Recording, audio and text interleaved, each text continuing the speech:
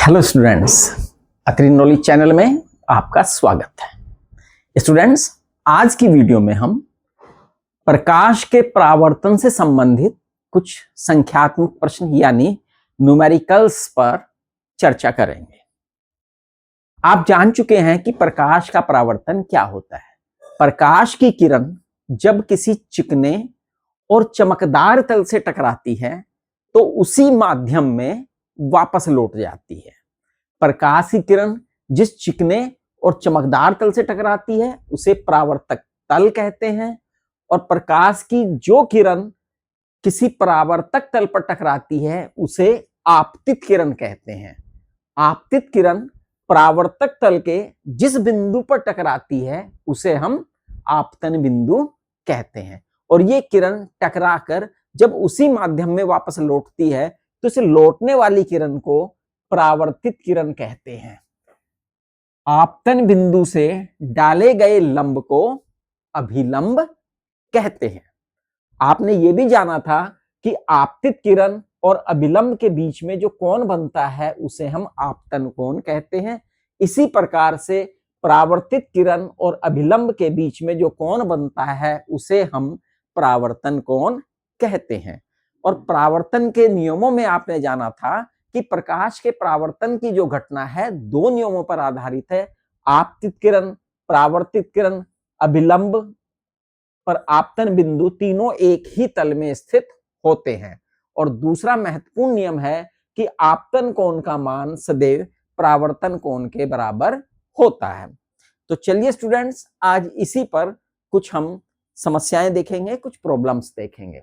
तो सबसे पहली प्रॉब्लम ये आप देख रहे हैं यहां पर है कि आपतित किरण है ये, और ये परावर्तित हो गई है, और ये m और m डैश परावर्तक तल है। तो अगर मैं इसे यहां बनाऊं प्रॉब्लम्स को, तो स्टूडेंट्स ये प्रॉब्लम कुछ इस प्रकार से यहां पर हो गई है।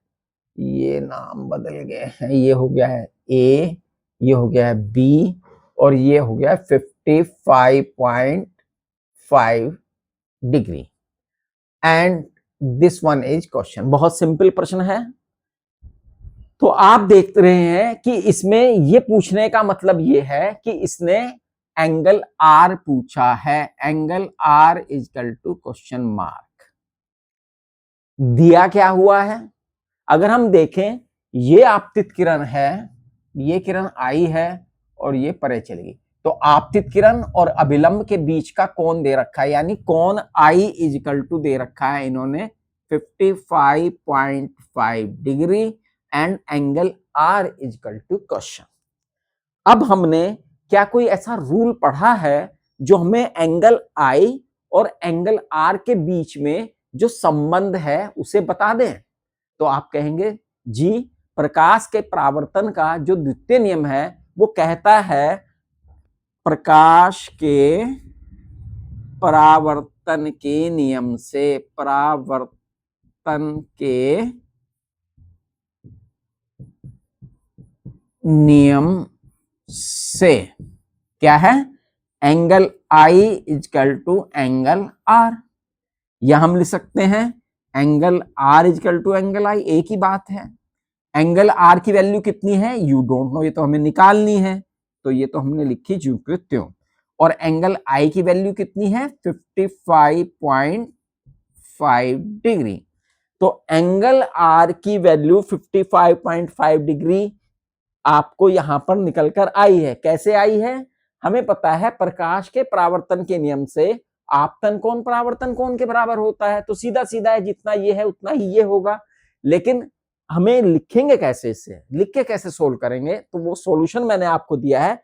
प्रकाश के परावर्तन के नियम से angle I is equal to angle R, चूंकि हमें एंगल आर निकालना है तो हम इसे ऐसे भी लिख सकते हैं angle are equal to angle i, और एंगल आई की वैल्यू दे रखी है तो एंगल आई की जगह हमने एंगल आई की वैल्यू पुट कर दी 55.5 और इजकल टू एंगल आर, तो यानी एंगल आर भी 55.5 डिग्री ही होगा।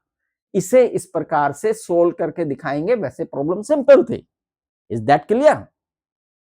तो ये हुआ हमारा क्वेश्चन नंबर 1, प्रॉब्लम नंबर 1। अब हम प्रॉब्लम नंबर 2 की तरफ चलते हैं, और इसे मैं यहां पर बना लेता हूं अपने फ्रंट पे। ये प्रॉब्लम कुछ इस तरह से आई है, ये वापस बदल गए हैं और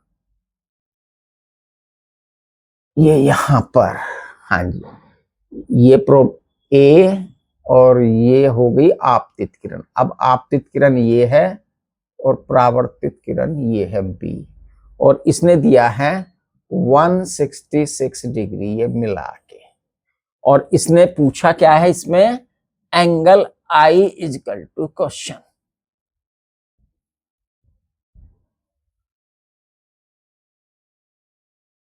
प्रश्न में एंगल आई पूछ रहा है, angle I is equal to question. दिया क्या हुआ है, अब पहले हम देखेंगे दे क्या रखा है इसने। अब इसने तो 166 दे रखा है, ये एंगल आई है और ये एंगल आर है, तो इन दोनों का योग आप देखें मिला के दिया है। तो यानी इसने दिया है, ज्ञात है, दिया है angle I plus angle are equal to 166 degree, ये इसने दिया है। और हमें निकालना क्या है, एंगल आई। अब भाई यहां पर फिर एंगल आई और एंगल आर के बीच में रिलेशन निकालना है, तो प्रकाश के परावर्तन के नियम को हम लेना पड़ेगा। प्रकाश के परावर्तन के नियम से, क्या है प्रकाश के परावर्तन का नियम, angle I is equal to angle R. Angle I angle R के बराबर है, दो आपतन कोण परावर्तन कोण के बराबर है। अब इसमें हमें देखें कि निकालना क्या है, एंगल आई। तो एंगल आई हम रहने देंगे, एंगल आर को मॉडिफाइड करेंगे। एंगल आर किसके बराबर है, हमने कहा एंगल आई के, तो आर के स्थान पर एंगल आई लिखेंगे, तो ये हो जाएगा angle I plus angle R, क्योंकि आई इजकल टू है आर के बराबर, यहां पर आर के बराबर है, तो हम इसे एंगल आई लिख देंगे 166 डिग्री। Is that clear? क्योंकि हमने बताया आई बराबर है आर के, तो आर के स्थान पर आई लिखा जा सकता है, इस आर के स्थान पर हमने आई लिख दिया। एंगल आई, एक एंगल आई ये है, एक एंगल आई ये है, तो कितने एंगल आई हो गए, 2 एंगल आई इजकल टू हो गया 166 डिग्री। तो एंगल आई इजकल टू हो जाएगा 2 उधर जाएगा डिवाइड में 60 डिग्री अपॉन 2, 2 8 या 83 डिग्री। ठीक है, तो ये कितना आ गया, angle are equal to, angle r आ गया 83, सॉरी 2 एंगल आई, तो एंगल आई आ गया 83 degree answer. Is that clear? तो इस प्रकार से आपने देखा कि अगर प्रॉब्लम को इस तरह से दिया है तो हम इस तरह से सोल्व इसे कर लेंगे। दोनों का योग दिया है, वैसे तो सिंपल पता लग रहा था, 166 डिग्री है दोनों मिला के, तो अकेला आधा होगा क्योंकि दोनों बराबर है, तो 166 का हाफ करेंगे तो 83 डिग्री आ जाएगा। इस प्रकार से हम इस प्रॉब्लम को सोल्व कर लेंगे। अब हम देखेंगे प्रॉब्लम नंबर 3 के बारे में बात करेंगे। 3 को जरा फिर यहां बनाते हैं, हम इसे हम मिटा रहे हैं, और प्रॉब्लम 3 क्या है,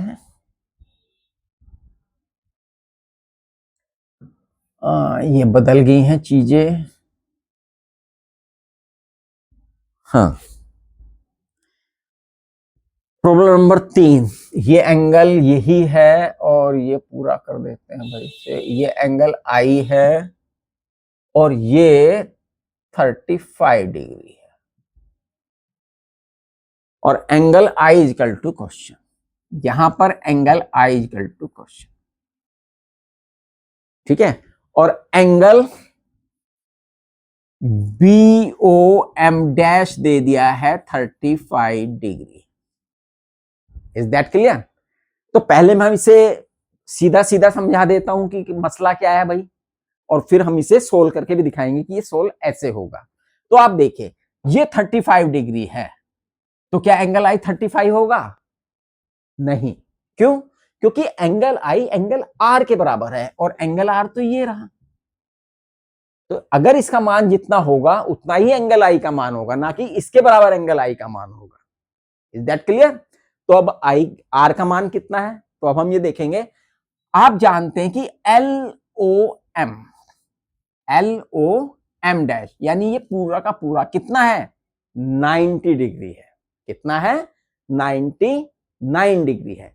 और इस 90 डिग्री में से ये पूरा का पूरा है 90 डिग्री, और इस 90 डिग्री में इतना हिस्सा चला गया 35 डिग्री,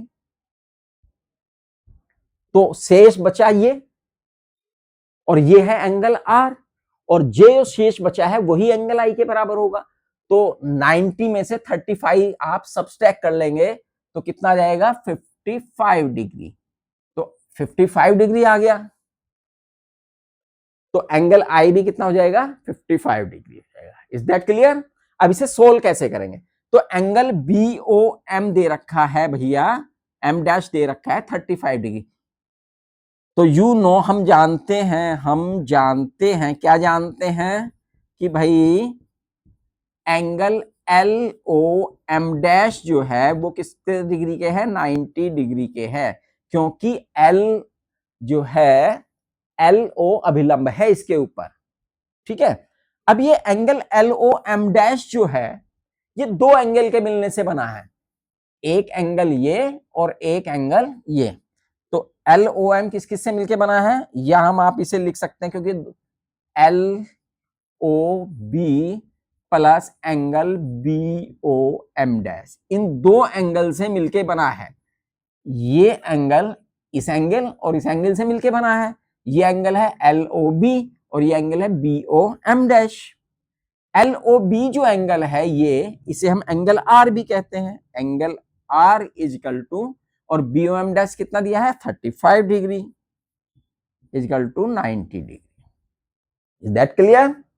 अब एंगल R हो जाएगा ये 35, ये प्लस है बीच में, सॉरी, ये 35 उधर जाएगा तो हो जाएगा -90 डिग्री माइनस 35 डिग्री। तो एंगल R इजकल टू आ गया 55 डिग्री। एंगल R की वैल्यू आई है। अब यहां पर लिखेंगे, आपको पता है चूंकि प्रकाश के परावर्तन के नियम से, प्रकाश के परावर्तन के नियम से angle I equal to angle R, या एंगल R कितना निकाल लिया आपने 55 डिग्री, तो एंगल I भी हो गया 55 डिग्री। इस तरह से ये सॉल्यूशन बनेगा।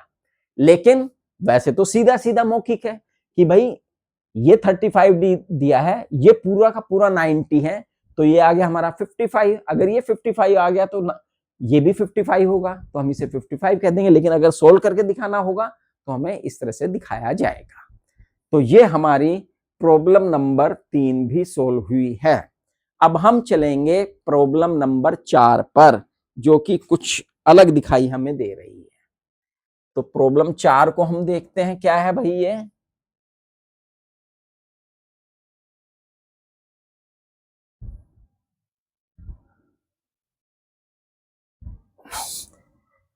प्रॉब्लम 4 में दिखाया गया है,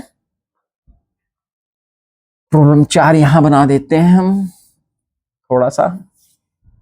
ये हाँ जी, 4 में क्या दिखाया है, ये समतल दर्पण है M डैश, और किरण ये दिखा रखी है AO, और ये angle R equal to question.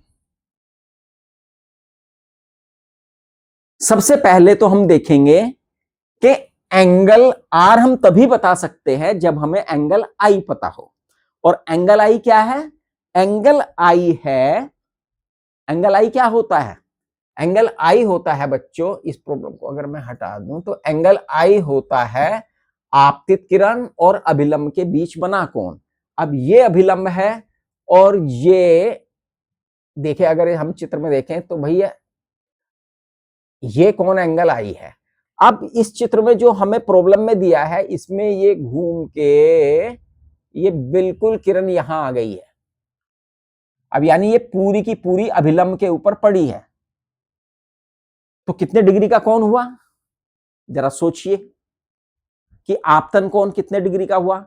अगर आपने ये सोचा है कि आपतन कोण 90 डिग्री का हुआ है तो आपने बिल्कुल गलत सोचा है।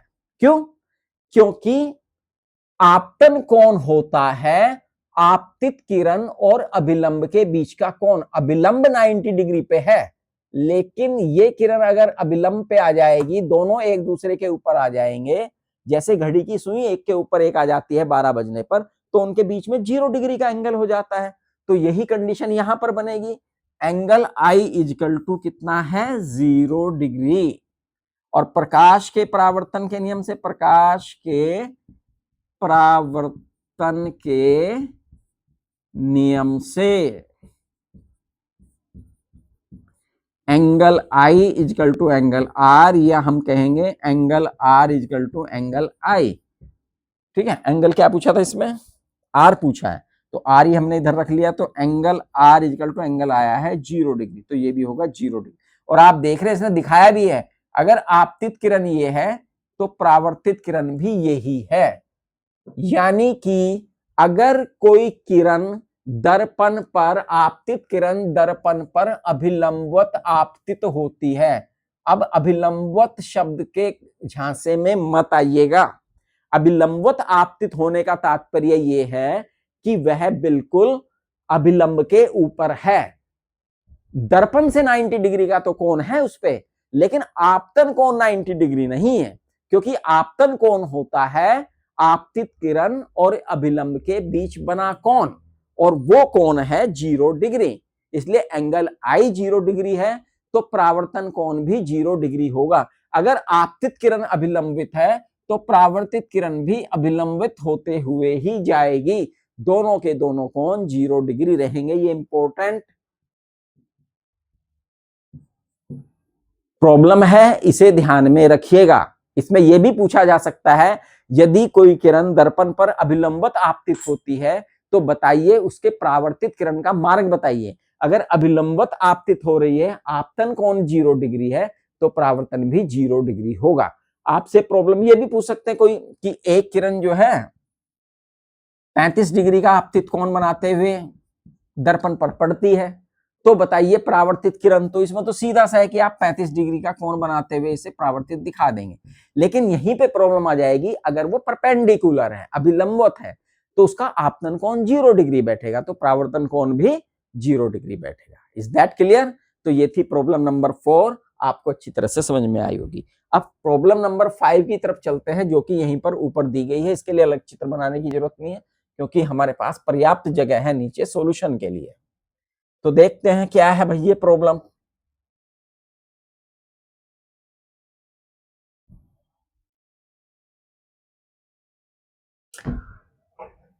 ये angle are equal to question, और ये दे दिया है x डिग्री। ये m डैश अगर हम इसे मान ले दर्पण को, एंगल AOM दे दिया है x डिग्री। अगर एंगल आर आप तभी बता सकते हैं अगर आपको एंगल आई पता हो, क्योंकि परावर्तन का नियम तो यही कहता है ना, angle I equal to angle R. अब हमें एंगल आई पता हो तो हम एंगल आर निकालेंगे। अब एंगल आई हमें नहीं पता है ये कितना है, लेकिन हमें पता है angle LOM is equal to 90 degree, क्योंकि ये पूरा का पूरा 90 डिग्री है। और 90 डिग्री अगर ये पूरा है तो ये कितना है? x degree.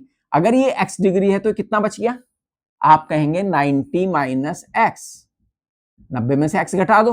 जैसे वहां पे अभी हमने 55 वाला सवाल किया था, ये वाला प्रश्न किया था, कहां गया वो प्रश्न संख्या, ये वाला जिसमें 55 डिग्री आंसर आया था। तो ये 90 माइनस एक्स हो गया। अब x की वैल्यू चूंकि आपको नहीं पता है, तो आप r में भी x की वैल्यू नहीं बता सकते, तो एंगल r हो जाएगा 90 डिग्री माइनस एक्स। उसका आंसर हो जाएगा 90 डिग्री माइनस एक्स। लेकिन इसे सोल्व कैसे करेंगे? तो सोल्व करना देख लीजिए। Angle LOM is equal to 90 degree, तो LOM दो एंगल से बना है, angle AOM plus angle LOA बराबर 90 डिग्री। एंगल AOM कितना है? x डिग्री, प्लस ये एंगल I है is equal to 90 degree. Angle I is equal to हो गया 90 डिग्री माइनस x, क्योंकि ये x उधर जाके माइनस हो जाएगा। ये तो एंगल R की। अब चूंकि angle I is equal to angle R के हैं, इसलिए एंगल आर इजकल टू हो जाएगा 90 degree minus x answer. Is that clear? तो ये सॉल्यूशन भी आपको समझ में आया होगा। तो ये थे परावर्तन पर आधारित कुछ प्रश्न। बच्चों ये जो परावर्तन की घटना है, जो परावर्तन है, प्रकाश का परावर्तन दो प्रकार का होता है। परावर्तन कितने प्रकार का है? दो प्रकार का। एक होता है नियमित परावर्तन, नियमित परावर्तन, और दूसरा होता है अनियमित या विसरित परावर्तन भी इसे कहते हैं।